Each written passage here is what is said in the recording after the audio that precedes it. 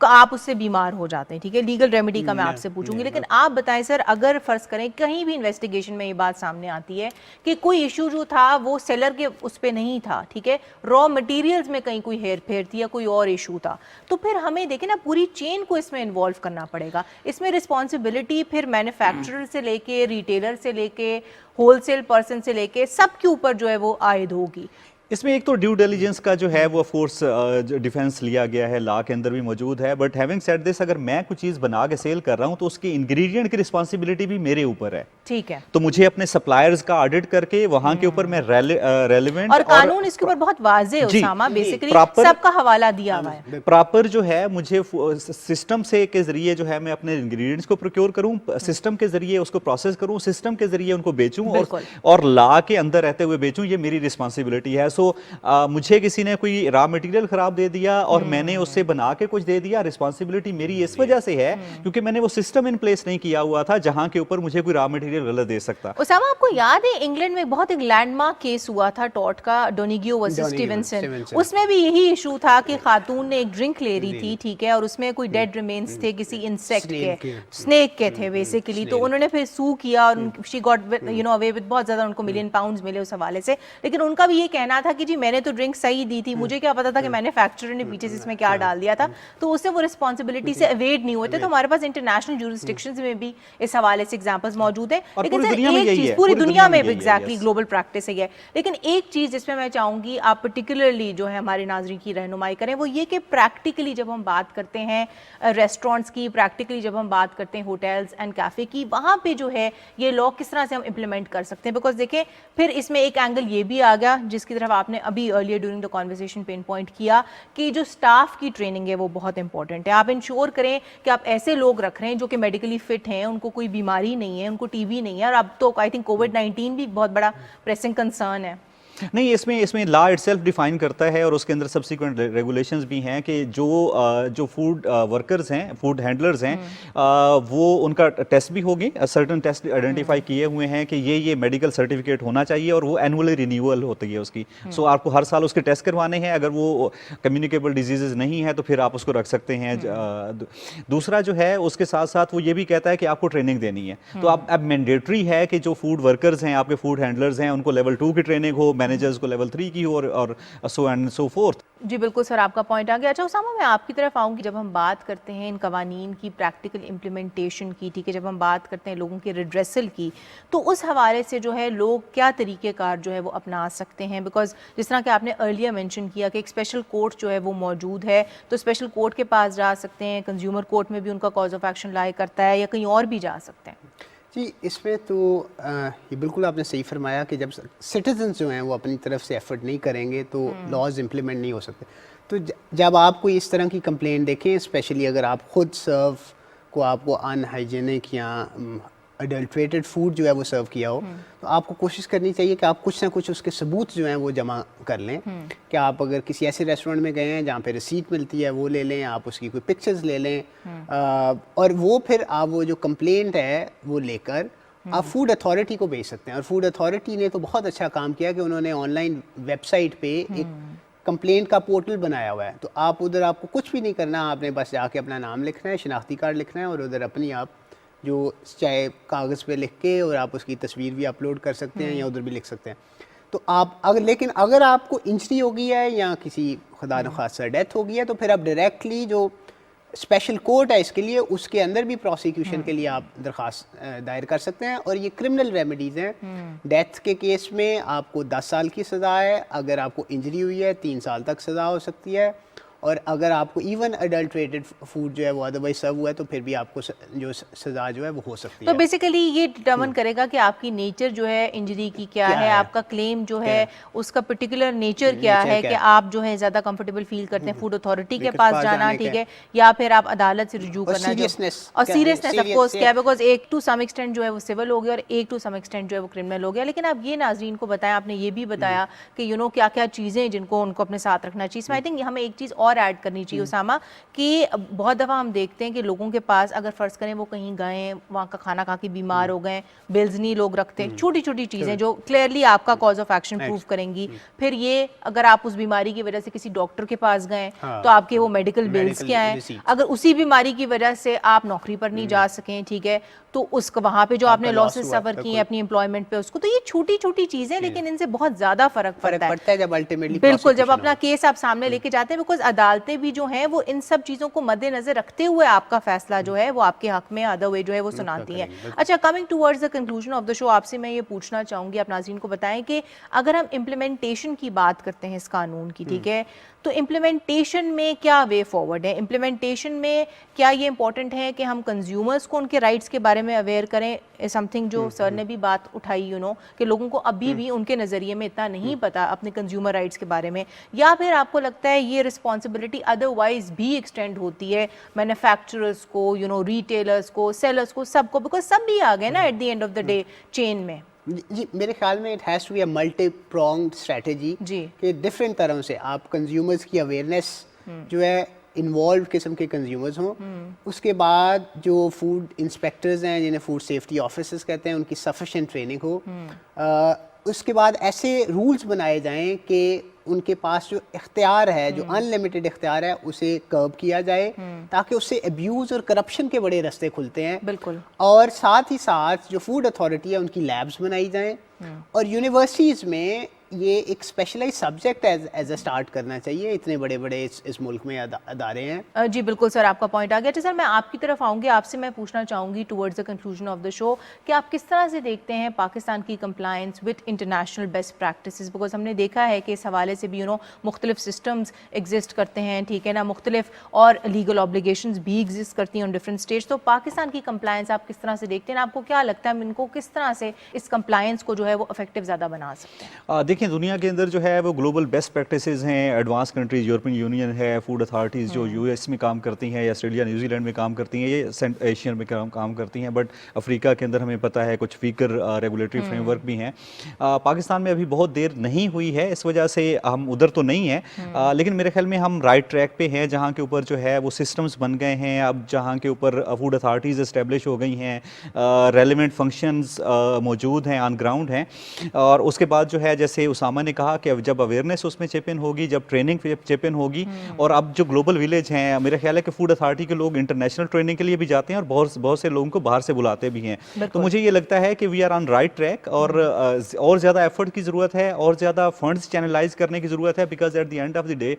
جو food safety ہے وہ اسٹیٹ کی رسپانسبلٹی ہے کہ جو اس کے کنزیومرز ہیں, جو سٹیزن ہیں, وہ فوڈ کی وجہ سے نہ فوڈ پوائزنگ کا شکار ہوں, نہ فوڈ بارن النس کا شکار ہوں, بلکہ ان کو اپروپریٹ نیوٹریشن ملے. اور ہیلدی نیشن جو ہے اس میں فوڈ سیفٹی کا سب سے زیادہ کردار جو پوری دنیا میں ہے وہ صرف اور صرف فوڈ کا ہے, اور باقی ساری چیزیں بعد میں آتی ہیں. تھینک یو سو مچ آپ دونوں کا کہ آپ دونوں نے اپنا قیمتی وقت نکالا and you choose to be part of our show. جی ناظرین, آپ نے آج کا ہمارا شو دیکھا جس میں ہماری کوشش تھی کہ ہم ایک بہت بیسک لیول پہ آپ کو بتائیں کہ پاکستان میں فوڈ سیفٹی کے حوالے سے مختلف قوانین کیا ایگزسٹ کرتے ہیں. ہم نے آپ کو بتایا کہ اس حوالے سے اوفینسز کیا ہیں قانون کے اندر, کہاں پہ جو ہے وہ گنجائش ہے بہتری کی. اگر ہمیں ایک چیز کے لیے اسٹرائیو کرنا چاہیے تو وہ یہ ہے کہ ہم ان قوانین کے بارے میں میکسیمم اویئرنیس جو ہے وہ کریٹ کریں, اور ہم ورک کریں سب مل کے ایز اے سوسائٹی کہ ان کو پازیٹیولی اینڈ افیکٹولی امپلیمنٹ کیا جائے. آج کے لیے اتنا ہی. اگلے ہفتے تک کے لیے اپنی میزبان فاطمہ شاہین کو اجازت دیں. اپنا بہت سارا خیال رکھیں. خدا حافظ.